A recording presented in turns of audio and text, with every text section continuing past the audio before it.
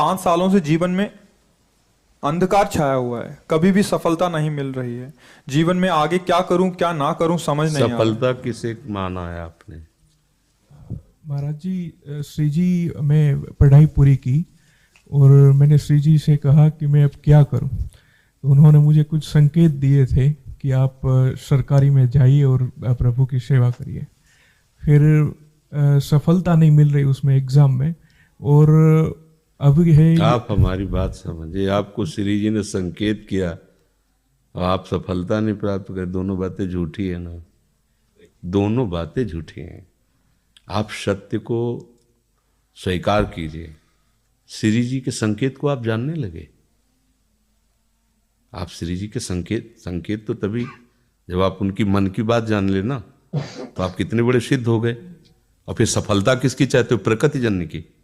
आप श्री जी के संकेत को जान जाओगे तो श्री जी के प्रेम की सफलता चाहोगे, लोकवत नहीं। और ये लोक की सफलता, सुनो पहले, प्रारब्ध के अधीन है।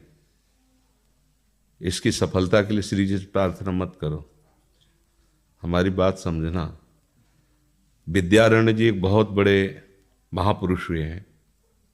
उन्होंने अपने माता पिता को सुखी करने के लिए, धन प्राप्ति के लिए गायत्री अनुष्ठान किया। ब्राह्मण कुल में जन्म हुआ था। एक पुरस्चरण 24 लाख गायत्री होता है। उन्होंने एक पुरस्चरण किया, 2 पुरस्चरण किया, एक बार भी कोई धन की प्राप्ति नहीं हुई।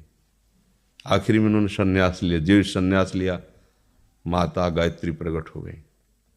उनका अब इंद्रासन भी मांगो तो आपका, तो बोले अब क्या जरूरत है, अब तो वैरागी हो गया, विरक्त हो गया। माता पिता भी पधार गए, उनकी सेवा के लिए अर्थ चाहना। 23 पुरस्चरण किए और आप तब नहीं आए। तो उनका तुम्हारे अनंत जन्मों में ऐसे 24 महापाप थे जिनके कारण मैं नहीं आ पा रही थी। अब वो 23 पुरण से चरण से नष्ट हुए, पुरस्चरण से, और 24वां तुमने संन्यास लिया। तो अब आप जो चाहो पर, बोले अब चाहिए ही नहीं, क्योंकि अब सन्यासी हो गया, अब तो ब्रह्म प्राप्ति के लिए। तो इससे आभास होता है कि अगर हमारा बुरा प्रारब्ध है तो हमको भोगना पड़ेगा।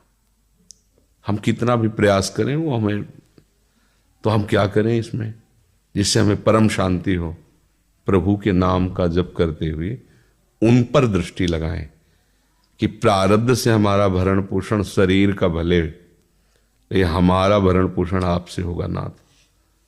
तो वो एक ऐसे हैं जो आपके प्रारब्ध को भी मिटा देंगे। वो ऐसे शरणागत वत्सल हैं कि सब लिखा पढ़ी अलग कर देंगे। सुदामा जी को दरिद्रता का योग था। ऐसी दरिद्रता, कई कई दिन तक भिक्षा नहीं मिलती थी। ये जितने भी चरित्र हमारे लिए उदाहरण है। मांगने जाते थे तो मांगने से भी नहीं मिलता था, कई कई दिन। तो एक दिन उनकी पत्नी ने कहा कि हमारा आपका तो चरणामृत से भी गुजारा 2 दिन 3 दिन हो, 4 दिन हो, छोटे छोटे बच्चे तो मर जाएंगे ऐसे। कुछ तो उन्होंने कहा, श्री कृष्ण के सिवा हमारा कोई नहीं। अब हम क्या कर सकते हैं? प्रारब्ध जब बिगड़ता है ना, वो कोई सफलता नहीं होने देता। तो एक दिन श्री रुक्मिणी जी प्रसाद ठाकुर जी को भोग पा रही थी, वो ऐसे रोक दिया, उदास हो गए। तो उनका, प्रभु ऐसी स्थिति हमने जब जब आपकी देखी, तो किसी भक्त को जब कष्ट होता है तब आपको ऐसे देखा है। कौन सा भक्त है और क्या कष्ट है? तो का एक सुदामा नाम के हमारे मित्र हैं, कई दिन से भोजन भी उनको, प्रभु आपके मित्र और मैं आपकी दासी, महालक्ष्मी का अवतार रुक्मिणी, आप हुक्म कीजिए। लोक लोक की संपत्ति वहां, बोले उसको चाह नहीं है,